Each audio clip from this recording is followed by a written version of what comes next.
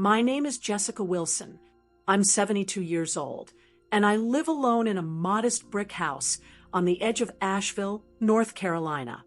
The mornings here are quiet, especially when the mist rolls over the hills. I enjoy my coffee on the porch, listening to the birds, watching the world take its time. But I didn't always feel this settled. 8 years ago, my life took a sharp turn, one that changed everything about how I viewed money, family, and trust. When I turned 64, I inherited 3 small rental properties from my grandmother. She passed away just days before my birthday. She was 97, and right until the end, sharp as ever. Now, this isn't a story about winning the lottery or suddenly living some grand, glamorous life.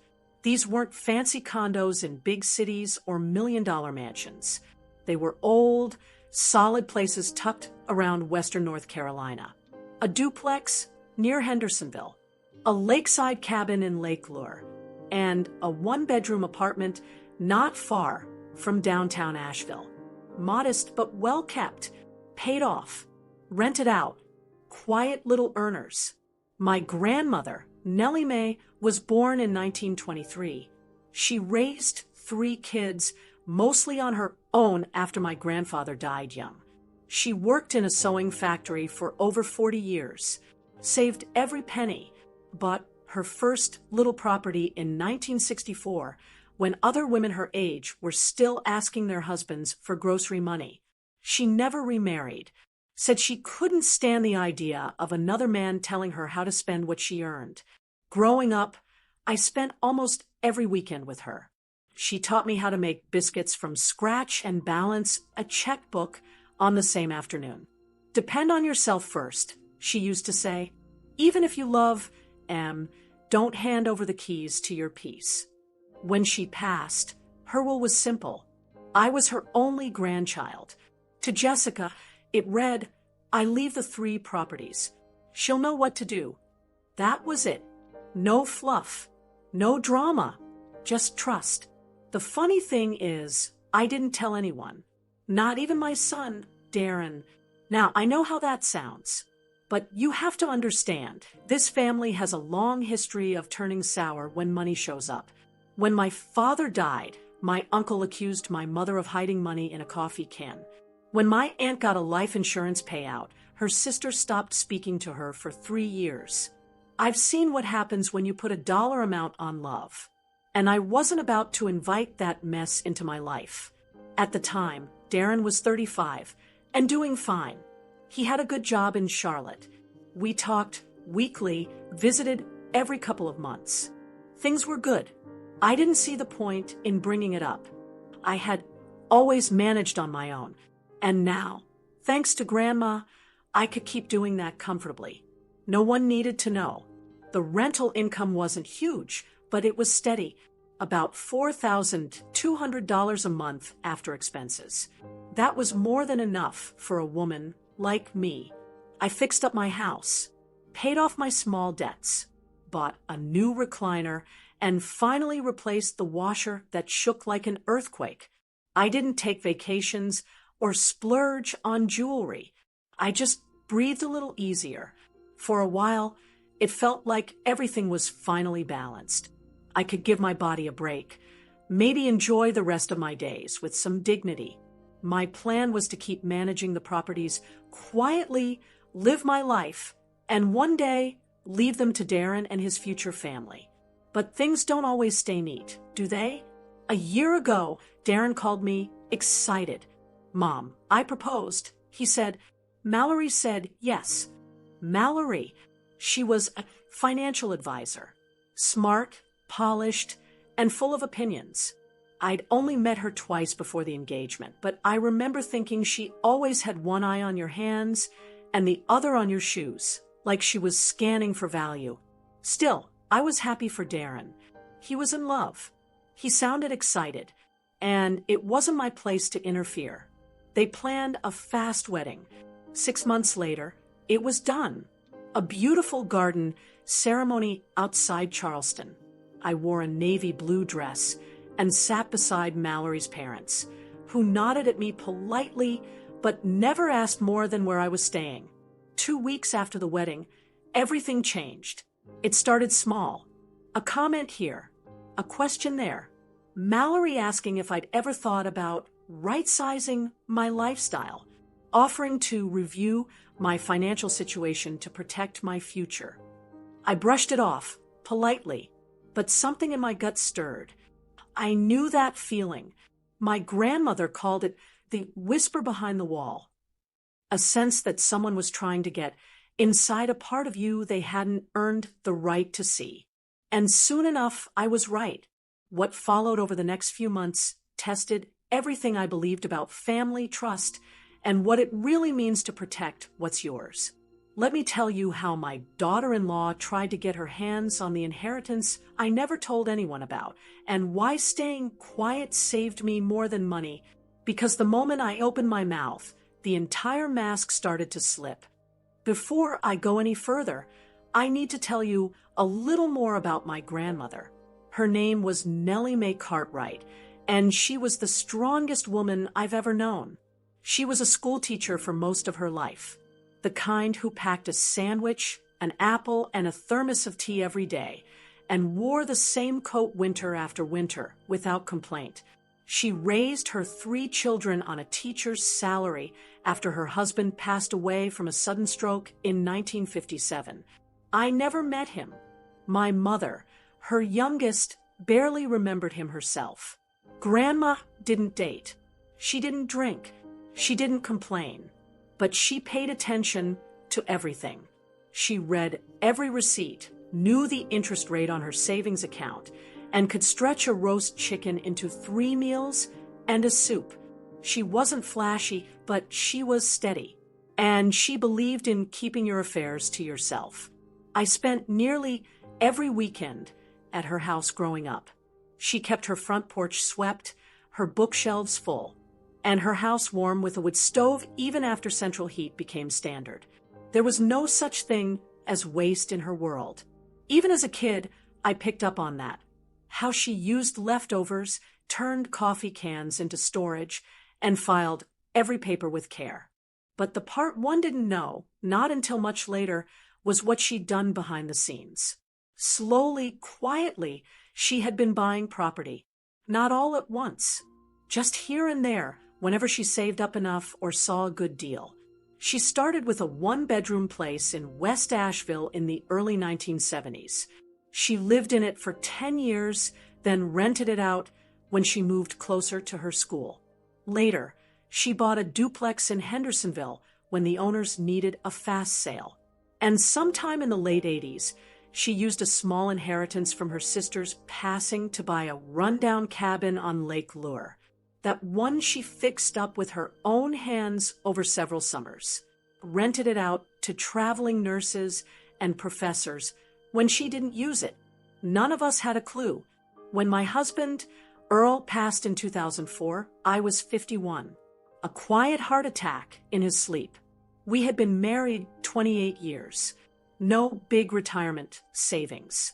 He worked as a mail carrier, and I had been working part-time at a bookstore.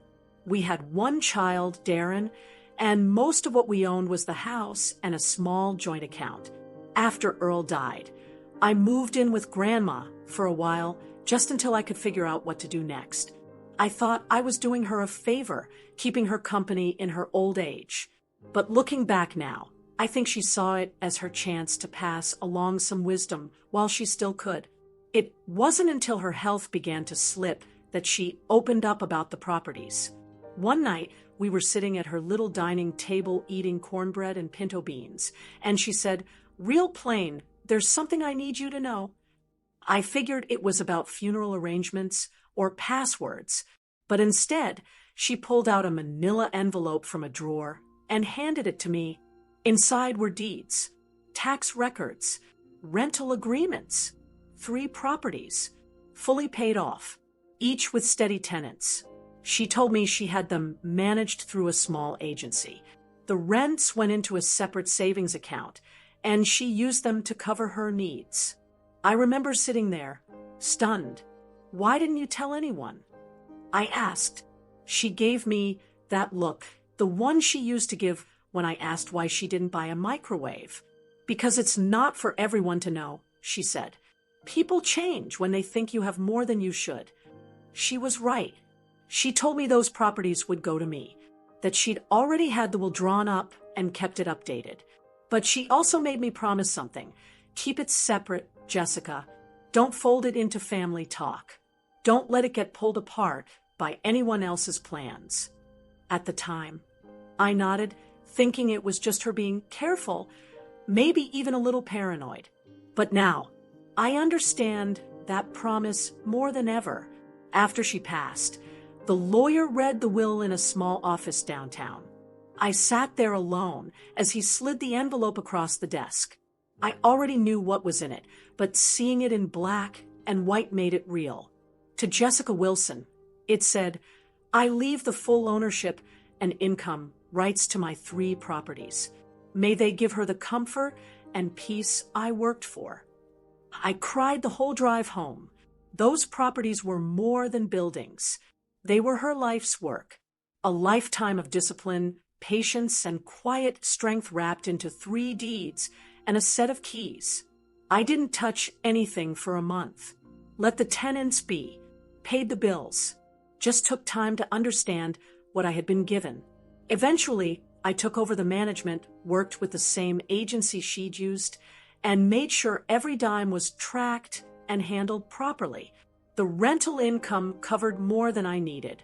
I finally replaced the hot water heater, got my car fixed, and started putting money aside for the first time in my life.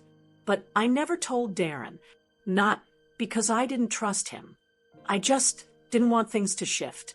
I wanted to keep something that was mine, something that wouldn't be analyzed, managed, or discussed at someone else's dinner table. Grandma told me once, the more people who know, the more hands start reaching. I didn't want any reaching, and for years, that decision brought me nothing but peace. Until Darren got married. That's when the reaching began. The first time Darren brought Mallory to meet me, I remember thinking she looked like she stepped out of a magazine. She wore this sleek cream blouse tucked into dark trousers, and not a single hair was out of place. Her handshake was firm, her smile polite, and she called me Mrs. Wilson 3 times before I gently asked her to just call me Jessica. We met at a little cafe near my house.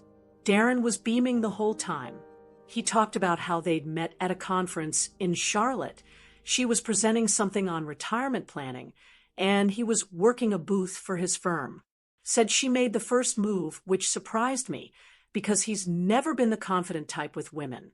Mallory was charming in that way that makes you second-guess yourself. She asked about my health, how I was finding retirement, whether I had support systems in place for aging. Phrased it all like friendly conversation, but there was something behind it, a tone I couldn't quite place, like she was doing a mental checklist. Then she asked, So, Jessica, have you done any estate planning? Long-term care considerations. I smiled and told her that I'd taken care of what needed taking care of. She nodded, but I saw the flicker in her eyes, like she wanted more details. When they left, Darren hugged me and said, Isn't she great? I didn't say much, just told him I was happy, he was happy. The engagement moved fast.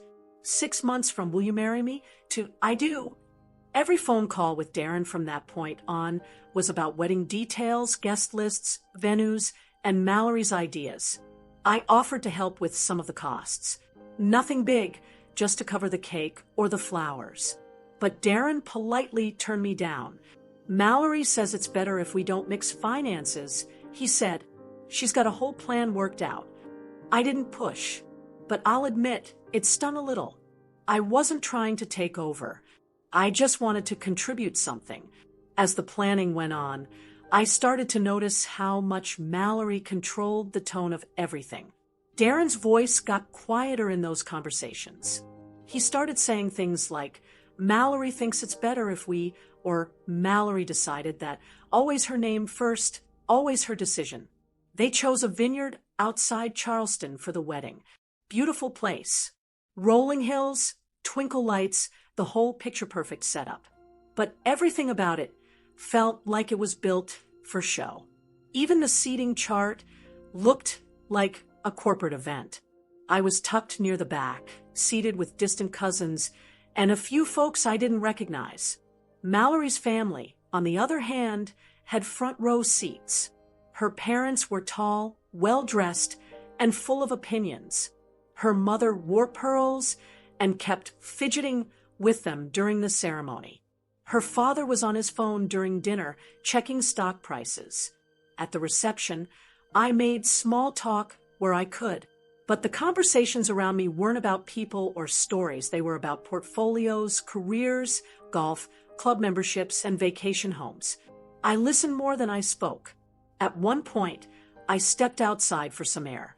The lights from the dance floor were bouncing off the wine glasses, and the laughter spilled out into the night. That's when I heard two women talking behind the shrubs near the path. One of them said, "Well, I just hope Darren doesn't end up carrying anyone. He's not exactly Mallory's level, financially speaking." The other chuckled and added, "Let's just say she'd better not be marrying into any extra baggage." They didn't see me. I didn't make a sound. I just stood there, letting their words settle into my chest.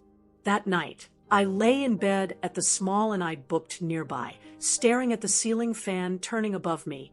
I thought about what they said. Extra baggage. Carrying anyone. As if I was some burden that needed managing. I thought about my grandmother, how she worked her fingers raw to build a little security, how she never once asked anyone for help, how she handed me those deeds with the clear instruction, "Don't fold this into family messes." That phrase echoed in my mind. Mallory never asked me outright about my finances again after that first meeting, but her interest didn't go away. It just changed shape. A comment here, a suggestion there. Always wrapped in sugar, always with a smile. She emailed me 2 weeks after the wedding with a link to an article about senior estate planning. Said she thought I'd find it informative. I didn't reply. Darren called a few days later, checking in. He mentioned that Mallory was really into financial planning and was trying to help everyone get organized. "Isn't that sweet?" he said. Sweet wasn't the word I had in mind, but I kept quiet. I smiled through our calls. I answered politely when she sent birthday cards with little notes like, "Hope you're staying smart about the future." I kept all 3 properties out of conversation. Still managed the tenants myself. Still paid the taxes on time. Still put money into savings. Because deep down, I knew something wasn't sitting right. And it wasn't long before the real push began. About 2 weeks after the wedding, Darren called and asked if I wanted to come see their new place. They had just moved into a townhouse near Rock Hill, half an hour south of Charlotte. He said Mallory had made a homemade lasagna, and they wanted to have a real sit-down dinner, just the 3 of us. I hadn't seen them since the wedding, so I said yes. I brought a small plant as a housewarming gift. Nothing fancy, just a little pot hose in a ceramic pot. I painted myself. Their townhouse was nice, clean, modern, and full of matching furniture that looked like it came straight out of a catalog. Everything had a place. Not a single thing was out of order. Even the throw pillows looked like they were measured. Mallory greeted me at the door with her usual bright smile and said, "Welcome to our starter nest." She gave me a little tour. Open kitchen, big island, granite countertops, and a wine fridge. Darren followed behind her, quiet but smiling. We sat down to dinner at a long glass-top table. They lit candles and poured a little red wine. The food was good, I'll give her that. But I noticed how the conversation had a pattern. Most of it was about planning, saving, investing, building wisely. Mallory steered everything toward money, even when I tried to talk about other things. Halfway through dinner, Mallory wiped her mouth with her napkin and leaned forward. "You know, Jessica," she said, Darren and I have been talking about long-term planning, not just for us, but for the whole family. It's never too early to start thinking about the future. I nodded slowly, waiting to hear where this was going. She continued, "We think it might be smart for you to consider downsizing. That house of yours must be getting hard to keep up with. Plus, if you own anything else, old properties or rental stuff, it might be a good time to liquidate while the market's still strong." She said it like she was offering a neighbor a helpful tip, but I could feel the push behind her words. I gave a small shrug. "I'm doing fine, thanks. The house is manageable." She didn't let it go. "Of course," she said quickly. "I just know a lot of folks your age get caught off guard when health issues come up. It's better to shift assets into something accessible early, especially with taxes being what they are. I'd be happy to help walk you through some options. No pressure, just as a resource." Darren looked a little uncomfortable, but he didn't say anything, just took a sip of wine and stared at his plate. I gave her a polite smile and said, "That's kind of you, but I've got things sorted." She blinked, nodded, and changed the subject to a new kitchen faucet she wanted to install.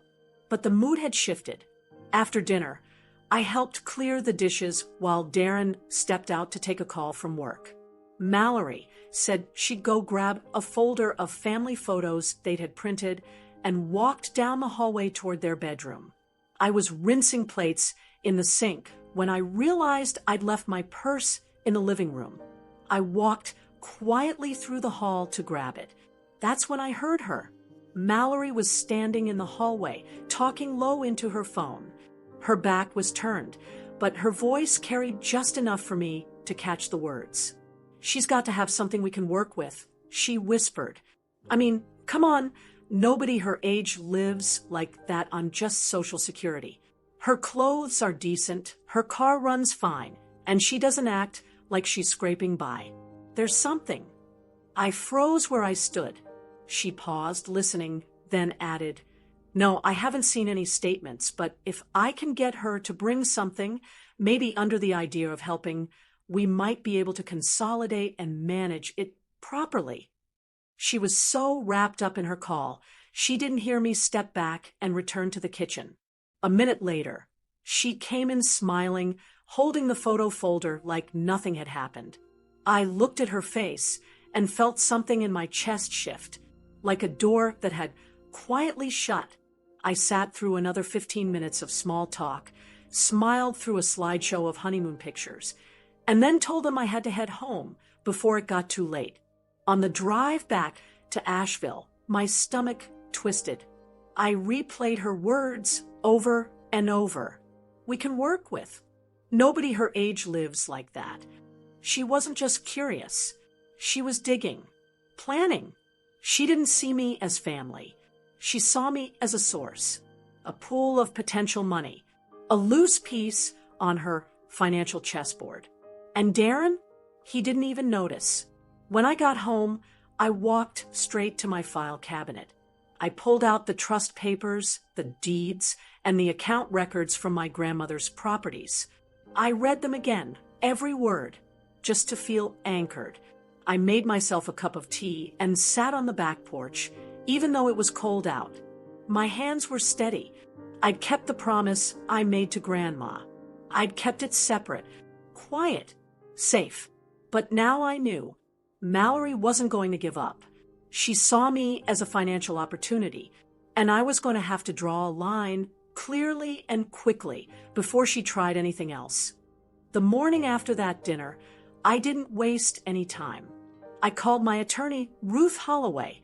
We'd worked together for over a decade.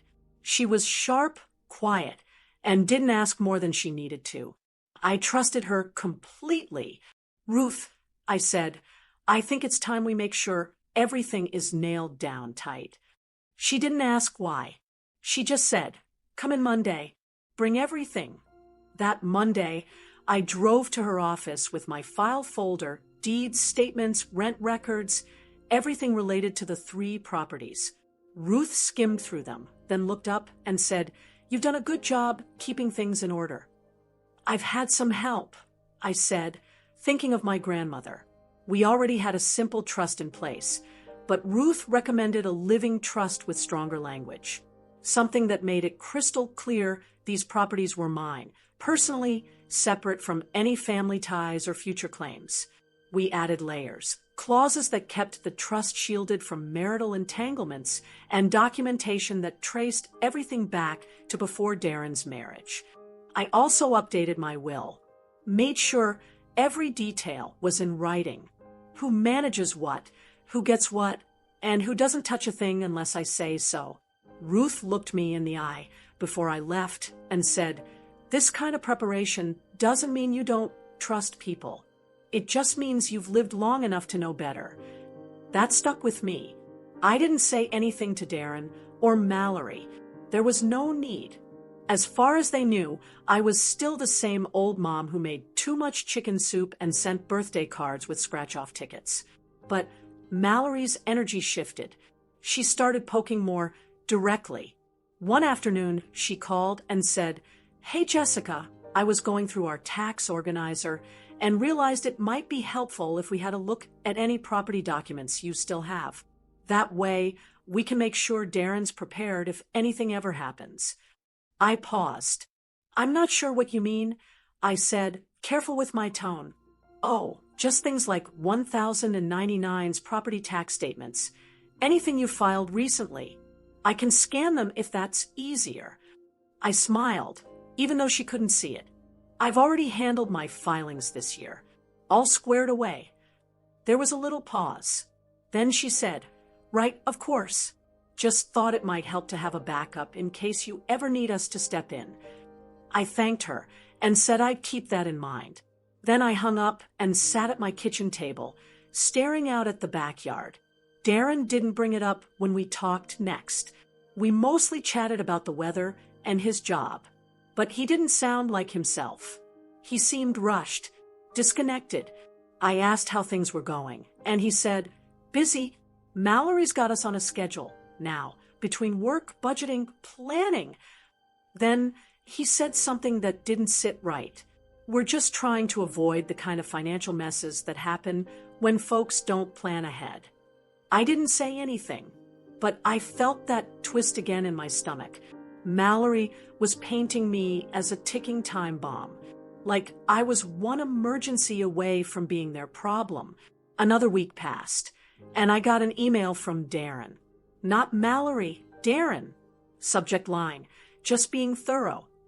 The message was short.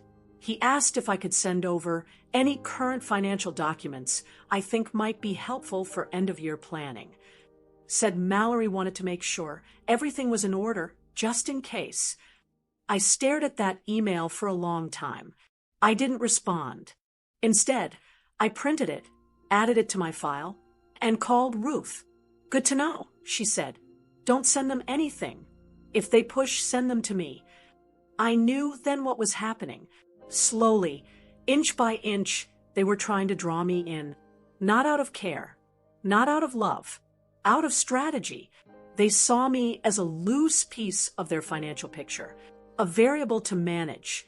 I kept things normal when I spoke with Darren. I asked about work, told him about the squirrels tearing up my bird feeder, listened as he vented about his commute. But I could feel the distance growing. He never asked about how I was doing, really, not anymore. It was like I'd become part of a spreadsheet, an entry labeled potential risk. I didn't cry. I didn't get angry. I just kept moving. I reviewed the trust once more, checked my passwords, set up alerts on all my accounts, called the property managers, and let them know to call me directly for any changes. No exceptions. I wasn't scared. I was clear. My grandmother had been right all along. Love doesn't stop people from crossing lines when money's involved. I still hadn't told Darren about the properties. Still hadn't shared that the old house he'd grown up visiting had 2 rented units below it, or that the cabin on Lake Lure brought in more each summer than some folks made in 3 months. It wasn't because I didn't love him. It was because I couldn't trust what would happen to the truth once it left my mouth. And that became more true with every polite, just checking in email Mallory sent. They didn't know it, but they were locking me in tighter with every step. And I was getting ready for the day they tried to go too far. It was a Thursday morning around 10:30. I just poured my second cup of coffee and was flipping through the grocery store flyer when I heard a knock at the front door. I wasn't expecting anyone. When I opened it, there stood Mallory, perfect as ever in a tailored blazer, holding a leather folder under one arm. Next to her was a man I didn't recognize. Early 40s, short beard, expensive watch, carrying a slim briefcase. "Jessica," she said like I had invited her. "I hope we're not catching you at a bad time." I stepped aside, out of habit, more than anything. "Well, I wasn't expecting company." "This is Brendan," she said as they walked in. "He's a colleague from my firm, one of our top estate planners." Brendan gave a polite nod. "It's a pleasure, ma'am." Mallory set her folder on my kitchen table and started talking before I even sat down. "So, Darren and I have been talking, and we realized it might be helpful to go ahead and streamline things for you, just to make sure everything is protected should anything unexpected happen." I looked at her. "Streamline?" "Yes, consolidating your estate into one managed account with us." Brendan brought some paperwork to get the ball rolling. "Nothing binding today, just a head start. You'd still have full access. It's just more organized and safe." Brendan opened his briefcase and pulled out a packet about half an inch thick. I didn't reach for it. I stayed quiet for a second, then said I'd prefer to review anything like that on my own time. "Oh, of course," Mallory said quickly. "Take all the time you need. I just thought it might be easier to walk through it with Brendan here, in case you had questions." She smiled, but I could feel her impatience under the surface. Brendan slid the papers across the table. "It's a basic transfer of assets, investments, real estate, financial accounts, into a single trust account managed by our firm. Darren would have co-access to help with decisions and sign-offs." There it was. Darren. Co-access. I picked up the top page and skimmed it.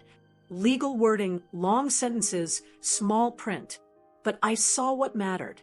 My assets would be moved out of my name and into their trust structure. I'd still be listed, but not alone. I set the papers back down. "I appreciate the effort," I said, "but I'd like my attorney to look these over before I even consider signing anything." Mallory opened her mouth to respond, but stopped herself. Brendan gave a small nod, as if this wasn't the first time someone pushed back. "Of course," he said. "Let us know if she has any questions." I walked them to the door. Mallory tried to smile again. "We just want you safe, Jessica." I didn't say anything, just closed the door behind them and locked it. Then I walked straight to the phone and called Ruth. She didn't even hesitate. "Do not sign a thing. Bring it all in." The next day, I sat in her office while she read every page.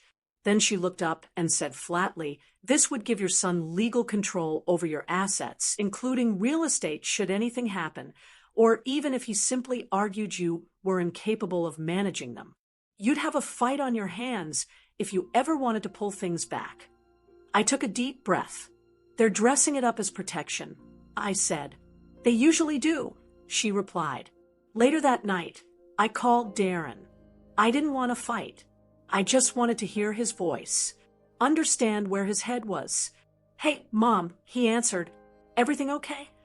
"Mallory and Brendan came by today," I said calmly. "They brought documents for me to sign, putting my assets into your joint trust." A pause. She mentioned she might stop by. I didn't know she'd bring anyone. She said it was just to check in. I said, "But those were legal papers. If I'd signed them, I'd be giving you access to everything." He sighed. "Mom, Mallory's just trying to make sure you're covered. She worries you don't have a full plan in place." "I already do," I said gently. "I've had a plan, since the day Grandma passed.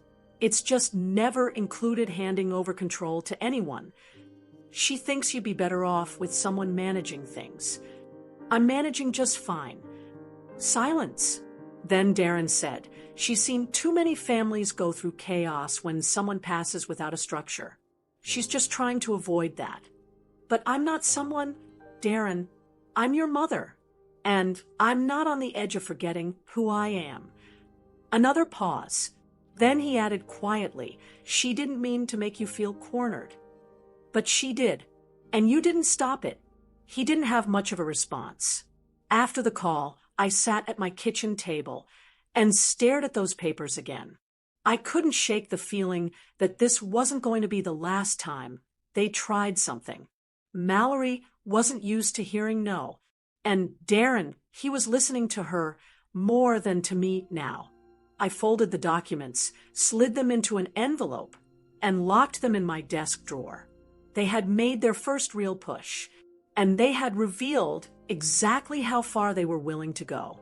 A week after Mallory's surprise visit, I asked Darren and her to come over for lunch. I kept it simple: chicken salad, cornbread, and sweet tea. No speeches, no drama, just time to talk. They arrived on a Sunday afternoon, right on time. Mallory was dressed like she was heading into a board meeting, and Darren looked tired, like he hadn't slept well in days. I had the table already set.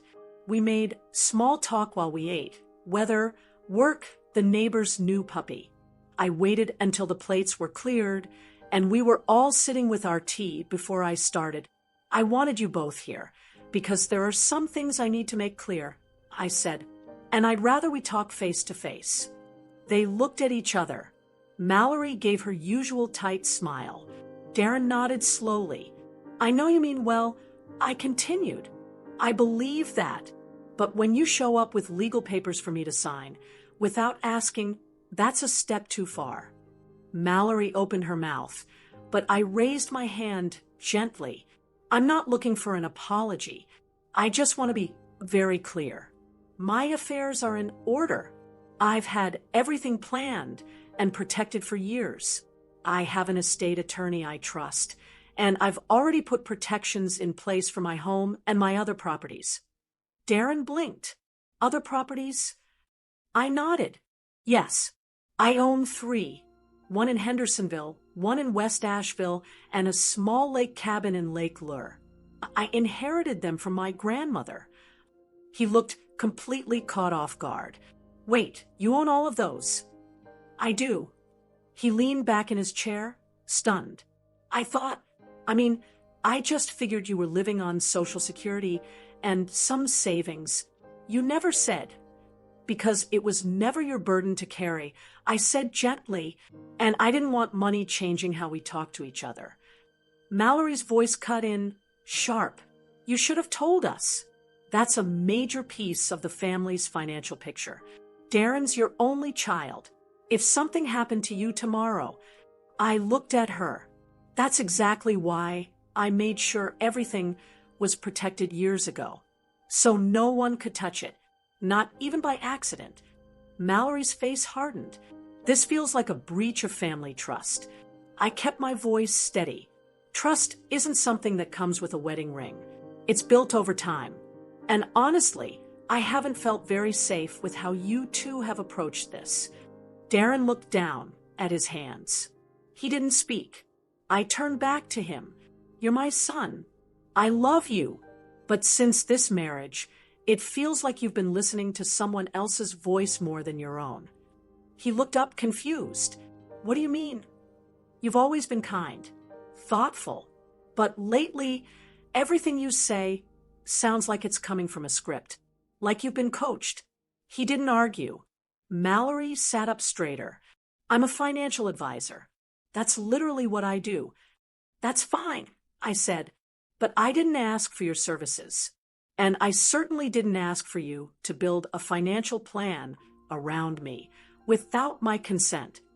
Darren finally spoke. Why didn't you tell me about the inheritance, about Grandma's properties? Because I've watched what money does to families. I said, I've seen cousins stop speaking over $10,000. I've seen siblings sue each other over a car. I didn't want that for us. He rubbed his forehead. I get that, but it still feels like you don't trust me. I softened. I do trust you, but I also know how easy it is to let someone else's plans become yours. And I didn't want you pulled into something that wasn't meant for you. Mallory folded her arms. So what now? You're just going to manage all this on your own? Forever? If that's what it takes to keep my independence, yes. The room fell quiet. I picked up my tea. You don't have to like my decisions, but you do need to respect them.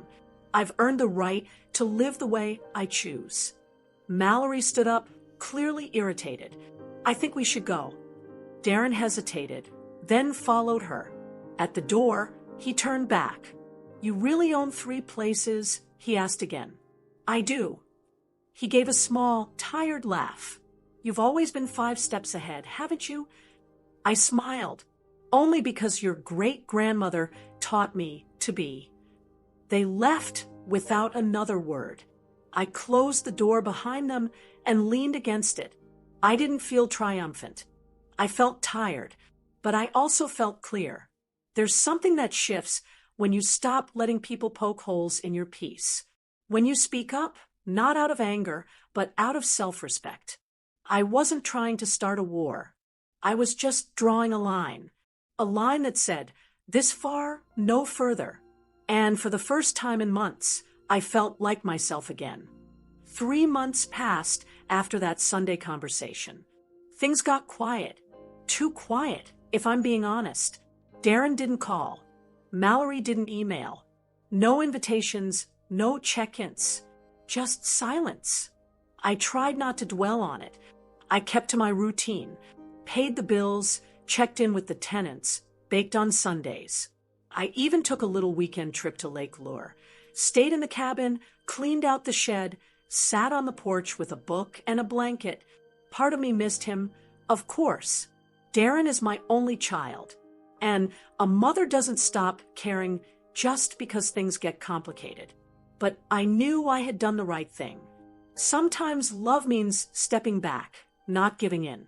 Then one afternoon in early spring, my phone rang. It was Darren. Hey, Mom, he said. His voice was soft. Can we have lunch? Just the 2 of us. We met at a diner halfway between Asheville and Charlotte. Nothing fancy. Vinyl booths, coffee that never gets cold, and pie that tastes like the woman behind the counter actually made it from scratch. He looked different. Not bad. Just worn down. Like someone who'd been doing too much thinking. I owe you an apology, he said, not even waiting for the coffee. I didn't say anything. I just waited. I didn't realize how much pressure Mallory had been putting on everything. Not just with you. Me too. My job, our finances, even how I talk to people. It's like I got caught up trying to keep up with her version of what life should look like. I sipped my coffee. She means well, he added quickly, but she pushes. Hard. And lately, I've started seeing it for what it is. Still, I didn't say, I told you so. I just listened. I'm sorry I let things get that far. I should have stepped in sooner. I should have asked questions instead of assuming. I nodded slowly. I appreciate you saying that. We talked for a while about work, about Grandma Nellie, about how he used to help me hang clothes on the line when he was little. And before the check came, I took a deep breath and said, I've been thinking about doing something with the cabin. He perked up. Selling it? No, I said, smiling. Fixing it up. Turning it into something useful. Maybe a weekend space for women who've lost their husbands. A place to breathe. Be still. I've had women from church ask if I ever rented out for quiet retreats. He leaned in. That's a great idea. I could use a hand with repairs. I said, nothing major. Just paint, a new screen door, some shelves. He smiled. I'd love to help. And I believed him. not because he was trying to earn something, but because he wanted to give something back. The following Saturday, he showed up with a toolbox and a sandwich cooler. We spent the whole day at the cabin. We didn't talk about money. We didn't talk about Mallory. We talked about birds, about fishing, about how time changes people, but also brings some of them back around. A few weeks later, we had the place looking sharp again. Simple, clean, comfortable. We left a bookshelf by the fireplace with notes from women who stayed there. A little guest journal. A stack of puzzle books. Darren didn't ask what the cabin was worth. He didn't ask about the rental income. He just handed me a new curtain rod and said, "This one won't sag like the last one." It wasn't profit that brought us together. It was purpose. Something grounded. Something real. And for the first time in years, I felt like I had my son back. Not the version Mallory had shaped, but the boy who used to bring me flowers made from weeds. Looking back, I don't regret keeping the inheritance quiet. I didn't hide it out of shame or secrecy. I protected it because I knew what could happen if I didn't. Money changes things, relationships, expectations, even trust. Some folks think being honest means sharing everything. But sometimes keeping certain things to yourself isn't dishonesty. It's dignity. It's survival. And it gave me room to decide how, when, and with whom to share what mattered. Not everyone earns that right. I'm glad Darren came around. I'm glad we're finding a new rhythm.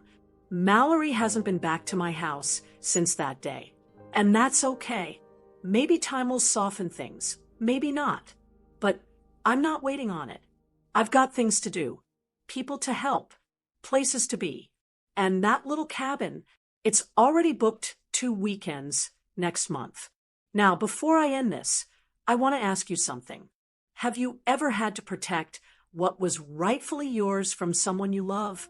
How did you set that boundary without losing yourself in the process? I'd really love to hear your story in the comments. If this story meant something to you or reminded you of your own strength, please share it with someone who might need it, and subscribe so you don't miss the next one. Thank you for being here with me. And remember, sometimes silence isn't distance. It's wisdom.